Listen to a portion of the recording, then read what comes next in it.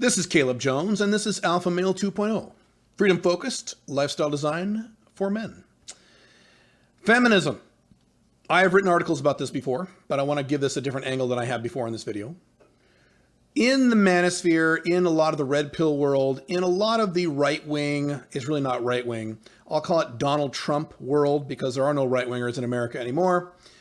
Donald Trump supporters are not right-wingers. They love big government. They love the welfare state. Don't get me started. Anyway, in these worlds, you are taught to either fear feminism and feminists, or be very concerned about feminism and feminists, or be very angry at feminism and feminists. Now, I've already written extensively about feminism, the modern day version of feminism, which I agree is irrational and insane, doesn't make any sense. Original feminism way back in the olden days when women wanted to vote, okay, fine. But now that women have all the rights that men do, they have to make shit up about why is this guy who built the robot who landed on the comet is wearing the shirt with the woman on it, how offensive that is. This is what feminism has become now. This is not about feminism, though. This is about you. About whether or not it's important for you to worry about feminism and to walk around thinking, oh, women are feminists and everyone's out, all these women are out to get me, and all these women are out to remove my testicles, and all these women are out to marry me and then take half my money because they're feminists. Oh, shit! Let me give you some empirical numbers, okay? So I have been on literally hundreds of first dates over the last 13 years of my life. I'm Black Dragon. I've done a lot of these things, okay? The vast majority of these first dates, not all of them, but the vast majority, were in the city of Portland, Oregon. Some of them in Seattle, some of them internationally, but most of them were in the city of Portland, Oregon. Portland, Oregon, if you didn't already know, is one of the most left-wing cities on the entire continent of North America, and certainly even in the entire world, in the entire Western world.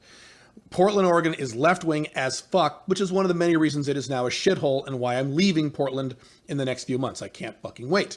But I have been on hundreds of first dates, most of which in Portland. How many feminists do you think I encountered on these dates? Before I give you the number, because I know the exact number, because I track all this stuff on spreadsheets. Before I give you the number, I want you to guess.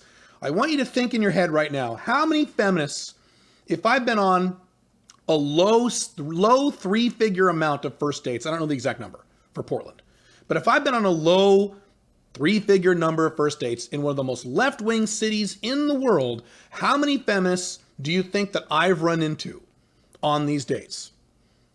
Okay, guess. Think about it. Get a number in your head. You ready? You ready? You ready? You ready? Here we go. You ready? 2. I've encountered 2 feminists. One was barely a feminist, so it's really 1.5, but I'll be nice and say 2. 2 women who were feminists out of over 100 women. 2 women. So we're talking here about 1%, less than 1%, in the most left-wing city, or one of the most left-wing cities in the entire world. Very likely the city you live in is not nearly as left-wing as Portland, Oregon. So that means that I am on the high end of feminism here in Portland, Oregon. 1.5%. Why are we worried about feminists? Why are we concerned about this? Why does it matter? Now, women can say that they support feminism, but the typical woman who says, yeah, I want equal work for equal pay, doesn't know what feminism is, doesn't even like feminism, thinks feminists are weird, including women who support feminists or feminist concepts. Feminism is not this big, horrible, scary thing that you need to concern yourself with in real life. It just isn't. And the reason I say this, the reason I'm making this video is because I've run into a lot of guys who come out of the manosphere world, the red pill world, the pickup artist world, what have you, who are just terrified about running in oh my God, if I go on a date, if I go on Tinder, she might be a feminist. No, she won't. No, she won't. They don't fucking care. I just proved it to you with real numbers. This is not something you should concern yourself with.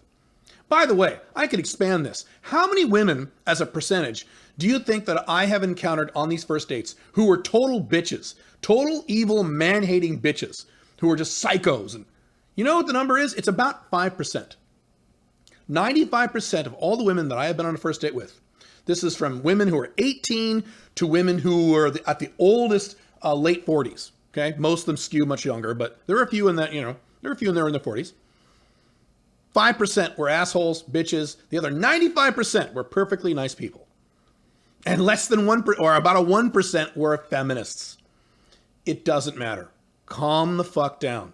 When you spend all your time in a insular world. And it could be anything. It could be red pill. It could be the SJW world. It could be the Donald Trump world. It could be the Christian world. It doesn't matter. Whatever little hole that you spend all your time in on the internet, it starts to warp your perception of reality. And you start to think that everything in your little hole on the internet is how the real world is once you walk out your house and meet people in the real world. It's not how it works. It's just not. So if you're horrified about feminists, calm the fuck down. It's not a big deal at all. Don't worry about it. Chill. Proceed.